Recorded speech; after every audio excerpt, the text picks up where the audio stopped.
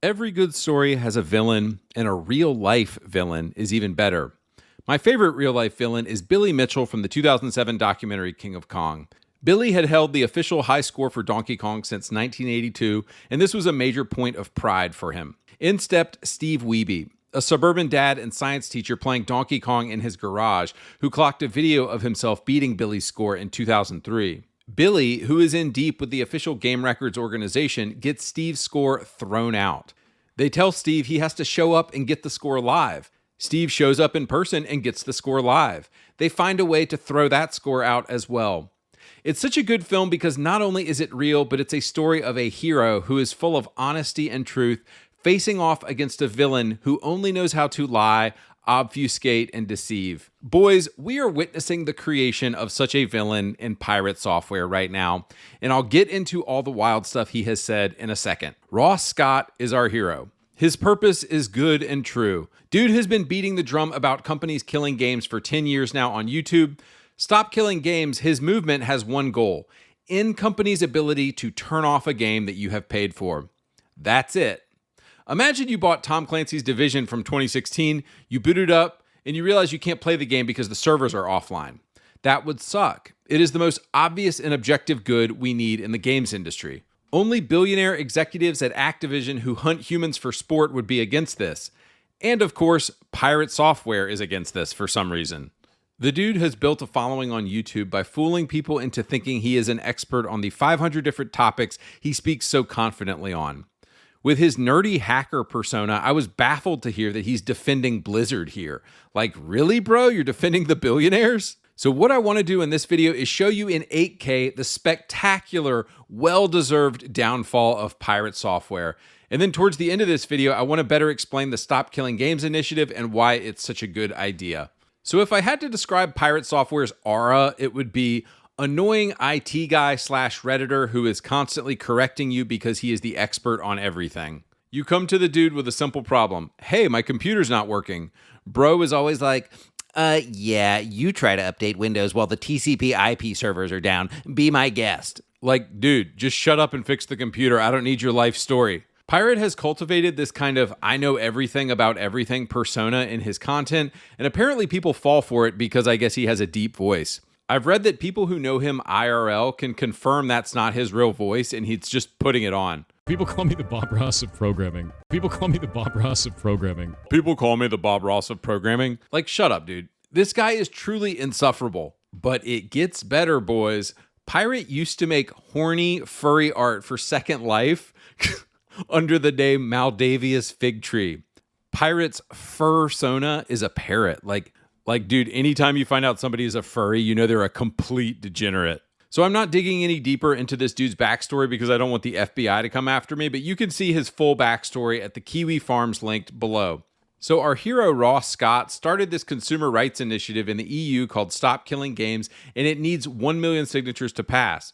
But about 8 months ago, it had reached 500,000 signatures and it had completely lost momentum, and there were no SIGs coming in. Why, you ask? Well, because Pirate Software had made a hit piece on the initiative, basically telling everybody it was a shit idea, it was the worst idea, and don't sign it. This is shit. Not only do I not want to back this, I'm going to actively tell people not to. This is shit. And he has 2 million subs, so it's like a pretty influential channel. So let's watch Pirate Software's video in which he spreads a bunch of misinformation and lies about Stop Killing Games. The Stop Killing Games initiatives is basically, we don't want single-player games to have you could hear Ross have DRM that the developers can turn off and thus render the single-player games inactive anymore. This is what they want to change. Wrong. Completely wrong. Guys, don't you like that he does these really simple drawings just for idiots like you and I? So lie number one that Ross corrects him for: Pirate claims that the initiative is about single-player games and DRM. Where is anything about single-player games or DRM mentioned on the website? Stop Killing Games is a consumer movement started to challenge the legality of publishers destroying video games they have sold to customers. It's like, dude didn't read anything, and because he's up his own ass, he just assumed that he knew what it was about instead of just humbly reading the website. Transitioning an entire multiplayer server-side game into a single player video game, which means rebalancing the entire experience around single player. Lie number 2, Pirate Software claims the initiative wants to demand that every multiplayer game must become a single player experience. That is not true at all. But he also seems to think this is about converting multiplayer games to single player. Once again, he made that up, and I have no idea why he thought that. If we don't like the idea of live service games as a whole, I get it. Don't play live service games then. Don't agree to those terms. No, he's getting a new thing wrong now. We're not against them existing. We're against them being destroyed with no recourse for the customer. Yeah, exactly. Ross said it perfectly. This is not against multiplayer games. It's more the way I see it, it's more about trying to sell something as a one-time purchase when it is actually a subscription game. Ross and Accursed Farms and the whole movement has no issue with subscription-based games. What we are against is claiming that a game is a one-time purchase when you're not going to be able to play it at some point in the future. So Pirate Software lies and misrepresents things probably 50 more times in this video, and I'm not going to go into all of the times here. You can just go and watch the video. He read absolutely nothing about the initiative and confidently got on stream as if he knew what he was talking about. I truly think this is why people hate this dude so much. He is so up his own ass all the time and didn't have the humility to simply read a paragraph off of a website. So the Stop Killing Games initiative was started in April 2024. This video by Pirate is released in August 2024, and it's actually very damaging to the movement because Pirate, like I said, has 2 million subscribers. And Ross, guys, this dude has a heart of gold. He sat on this takedown video that Pirate made about his movement, and he didn't respond for like 10 months now, until June 2025. So Ross decides he probably needs to respond to this ridiculous and public misrepresentation of his movement. And this is where things get interesting. Ross's response from about 2 weeks ago goes viral. Penguins, aka Charlie, picks the story up and talks about what a clown Pirate Software is. Jacksepticeye starts talking about it. I even think PewDiePie came out in support of Ross and Stop Killing Games. Guys, suddenly the entire internet comes out in support of this movement, and everybody is like, yeah, fuck that guy, Pirate Software, all at the same time. It's glorious. I don't know if you've looked around, but the entire internet is just roasting the heck out of this dude. Like, this dude is done. This guy is never going to have a streaming career again. I think it's over for him. And this is why the EU initiative is sitting at 1.3 million signatures right now, last I checked. So the irony, of course, here is that Pirate, in his attempt to destroy the Stop Killing Games movement, actually made it a huge success. Now, what could have made all this go away probably for Pirate Software? Just a simple apology. But have you ever seen a disgruntled help desk tech guy apologize for anything? Of course not. So this dude doubles down on being an asshat, and now it's time to play the victim. I feel like woke leftists do this a lot. After bullying somebody and trying to destroy the movement, they will quickly flip the script and try to play the victim. Like, nice try, dude. So he gets on Twitter and he says this: I am no longer working at Off-Brand Games. People were attacking all of the games we were publishing and trying to mass review bomb them. You can dislike the things I say, but this kind of behavior is unhinged.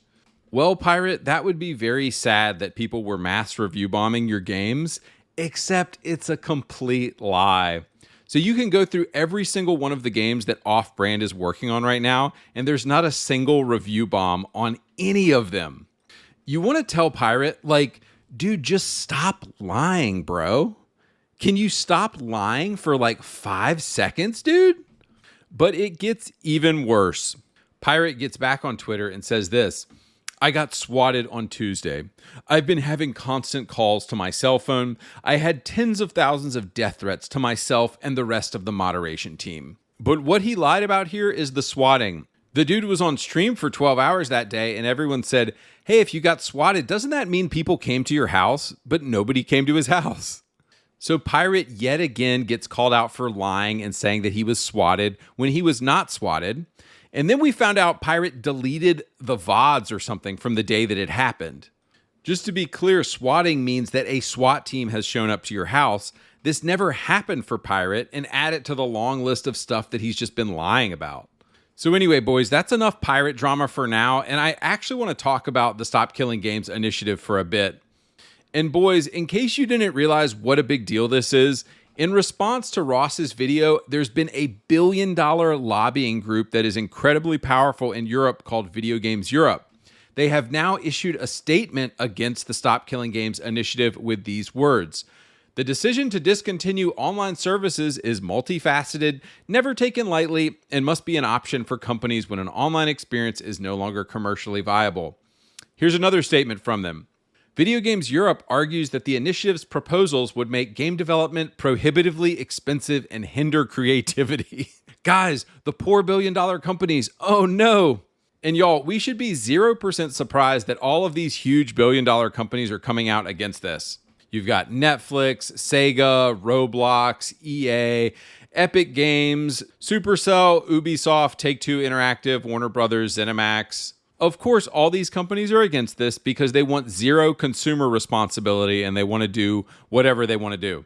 So the fight to prohibit companies from killing games is going to be a long one and it's going to be a bloody one.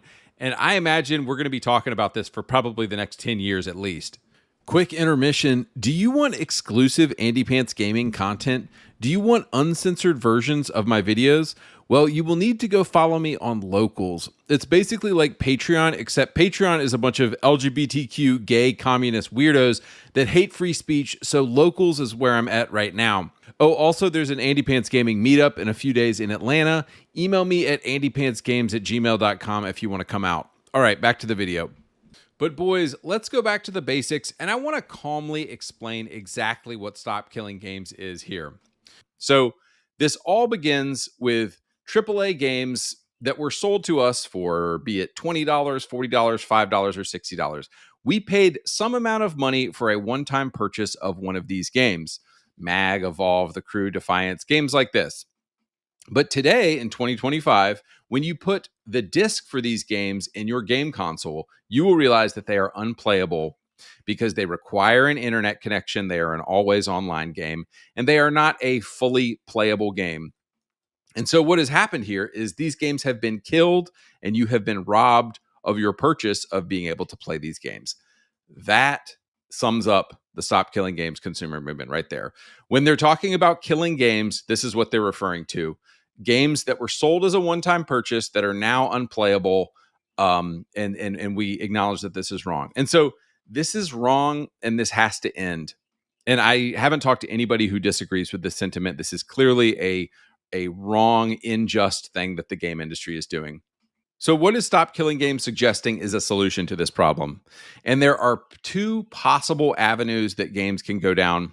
And let me start first with the subscription model. Number two, games must be sold as a subscription.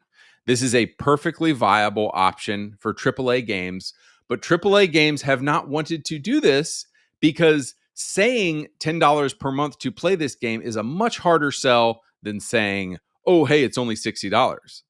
You know, how much less likely are you to buy Evolve when it says $10 per month to play rather than $60? You're way more likely to buy it for $60 because this is a AAA game masquerading as a normal AAA game when it's actually an online-only game.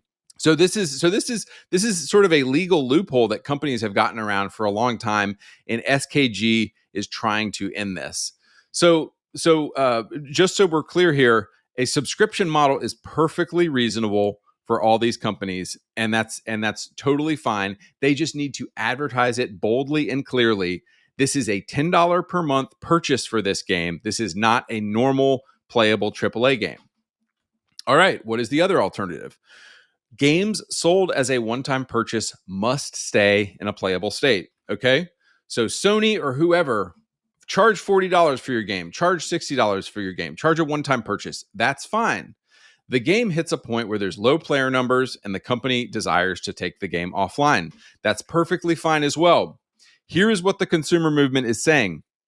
If you charge a one-time purchase for a game, you should have two legal options for how you can deal with that going forward. Number one, you need to leave the game in a functional, playable state.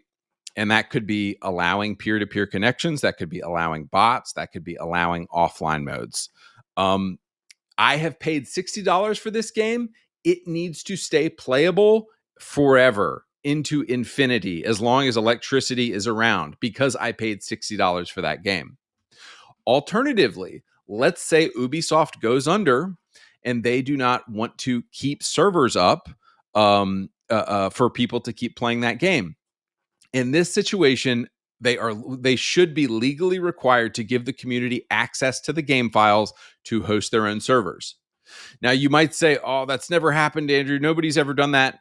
World of Warcraft right now has private dedicated servers that are fan made, that are fan owned, in which Blizzard is not involved at all, and people are hosting their own servers. So it is very possible for fans to get a hold of the files and host their own servers.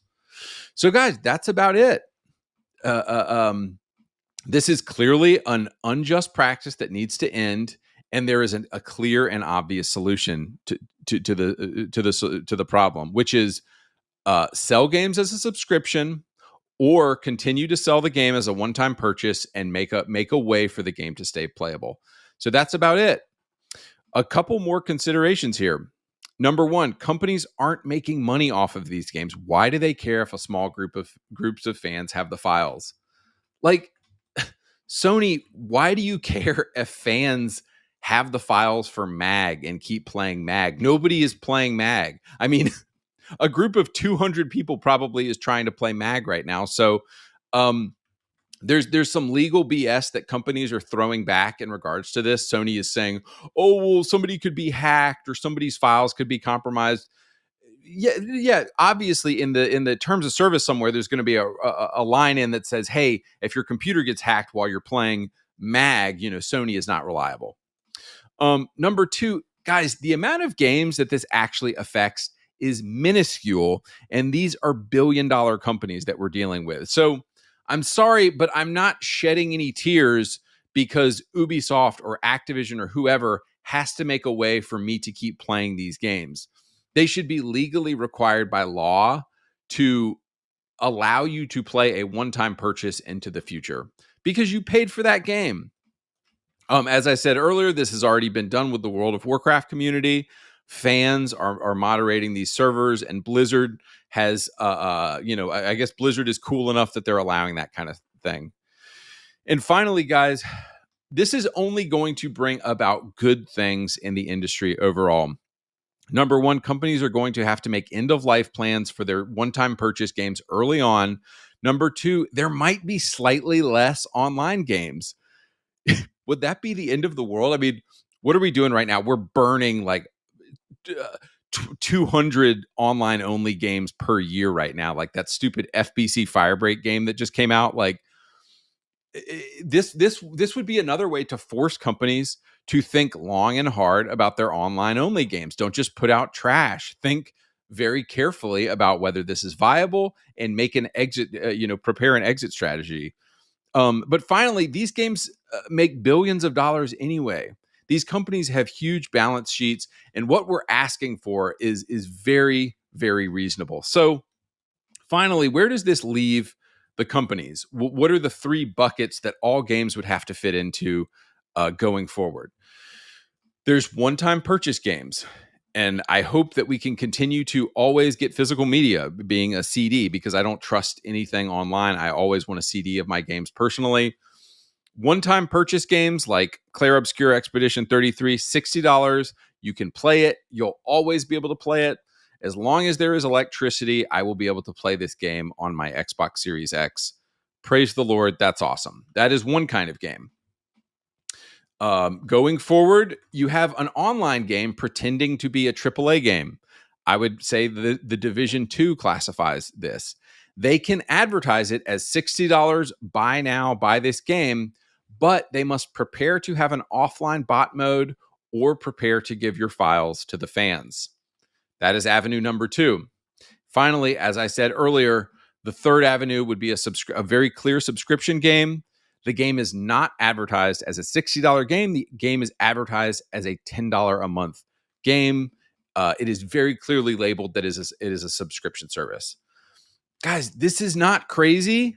This is very reasonable to ask all game companies to fit into one of these three buckets. The only level of complexity I didn't want to get into here is microtransactions in one-time purchase games. But you can read more about what Ross Scott at Accursed Farms has said about this. On the screen here, these three swim lanes are where 99% of all games would fall. And so I think it is an incredible movement. I think it is a great idea. And I think it is very sad and horrible that games like this are just simply unplayable today. All right, boys, I'm out.